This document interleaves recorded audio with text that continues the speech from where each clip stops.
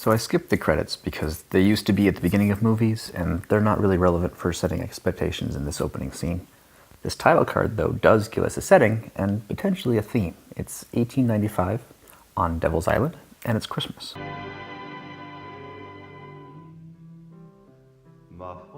The title card with the star and Christmas message fades to reveal a single star.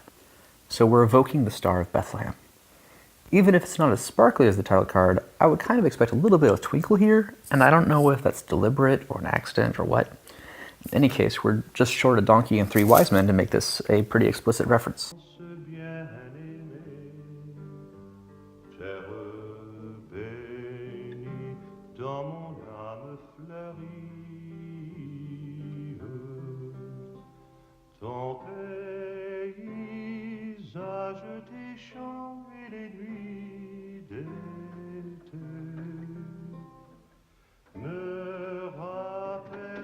Well, there's our donkey.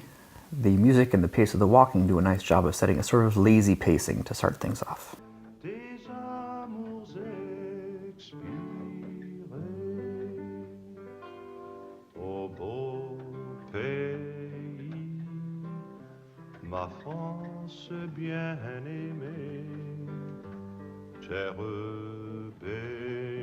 And here's our 3 wise men.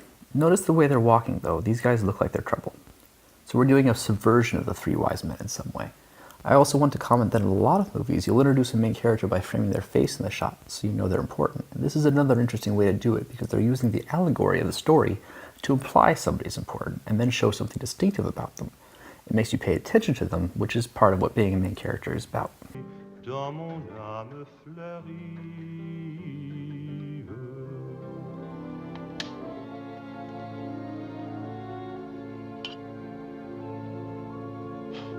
I'm not really sure what this shot is supposed to be doing. Part of it is evoking the time of the setting, emphasizing that this is still when streetlights were lamps to be blown out, but we've already seen a title card with a date and travel by donkey cart, so this doesn't really feel necessary. It almost feels like this is supposed to be a further subversion of the Star of Bethlehem, where the star turned out to actually be a streetlight and not a star, which would be interesting if there was any indication that this was the actual light being followed. The previous scene's star was way higher than this, so the transition doesn't really work if that's what was intended. And if that's not what was intended, why is it here?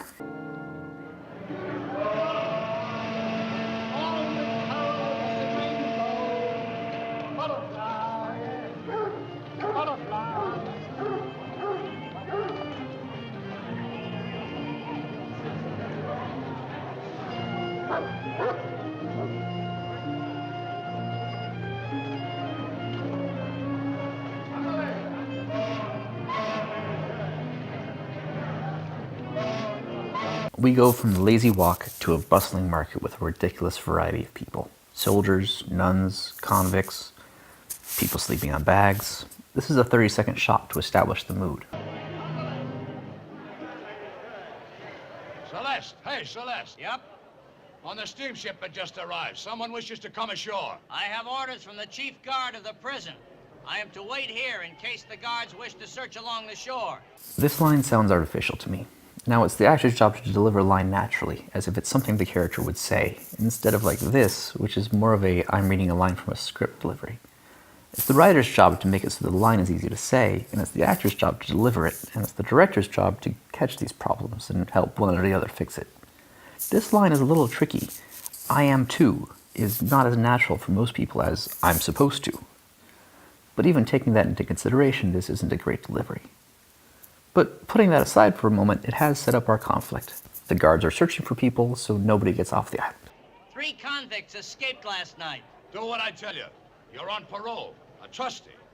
You're no better than a convict yourself, even if you are allowed to come and go.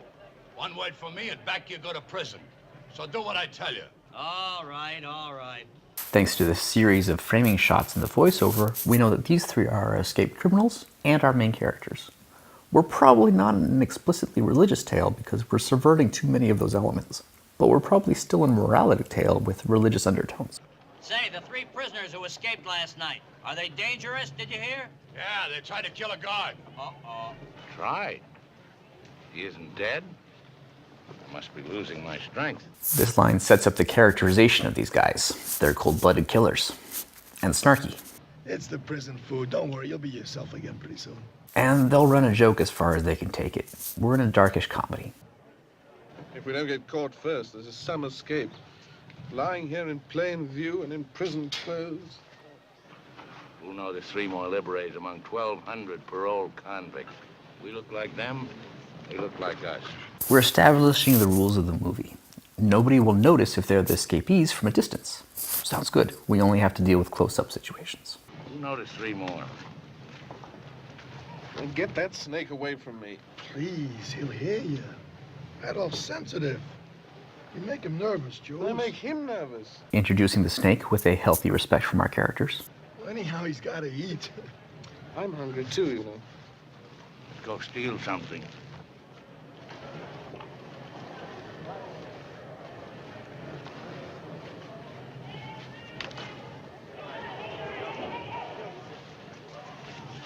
Albert, this isn't Paris. Just one little pinch. We're introducing character traits a lot in this scene. This is the movie saying that knowing these characters is more important than knowing the plot. We can expect this movie to be more focused on these characters and their development than whatever conflict might come up. There are also flaws that we might see the characters outgrow through the plot. We could get picked up just for the way you look.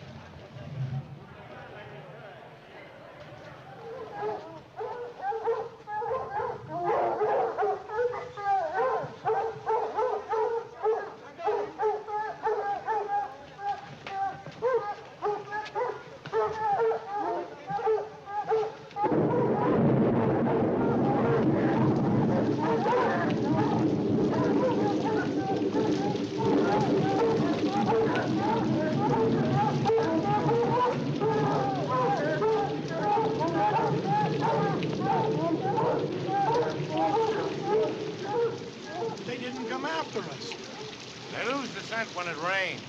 I think this is supposed to be addressing what is probably perceived as a plot hole. Somebody read the script and went, well, why wouldn't the dogs find them? So they wrote in this answer, but the thing is, if you don't put it in this scene, nobody's going to ask the question.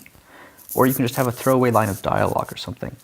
Instead, you've got an awkward scene and a Deus Ex Machina rainstorm for not really a whole lot of development. This is a weak set of shots, and I don't think it was necessary. Anyhow, we're doing fine. All we need now is a chance to get out of that ship in the harbor, and then it's back to Paris. Confirming the main obstacle for anyone who missed it from earlier. You like that idea? Yeah. I don't think that exchange added anything to this scene.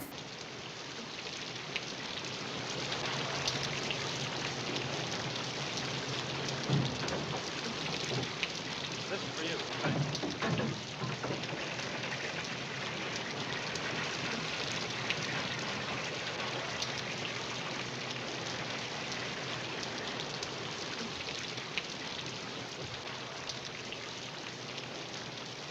Can you direct me to the Board of Health? Thank you. You off that ship in the harbor? Medical officer. Illness aboard ship. We have to be quarantined.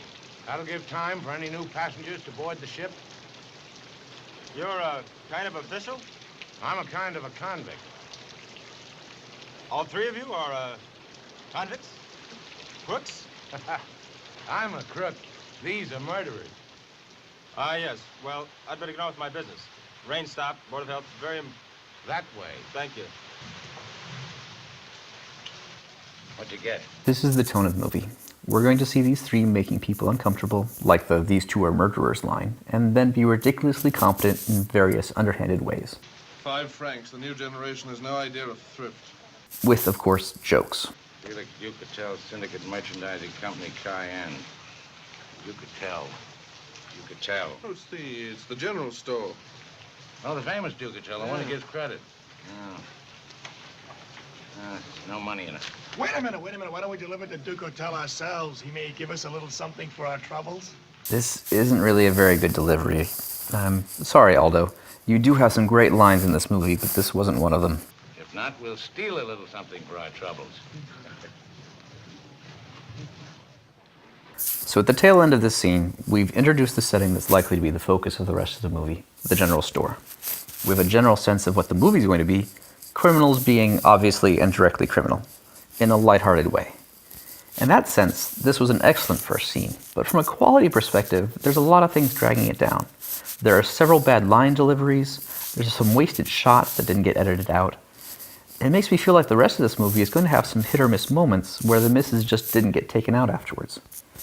We still don't know how they're going to get from the new setting to overcoming the obstacle, but that's for a later scene. All in all, this was a fairly decent first scene.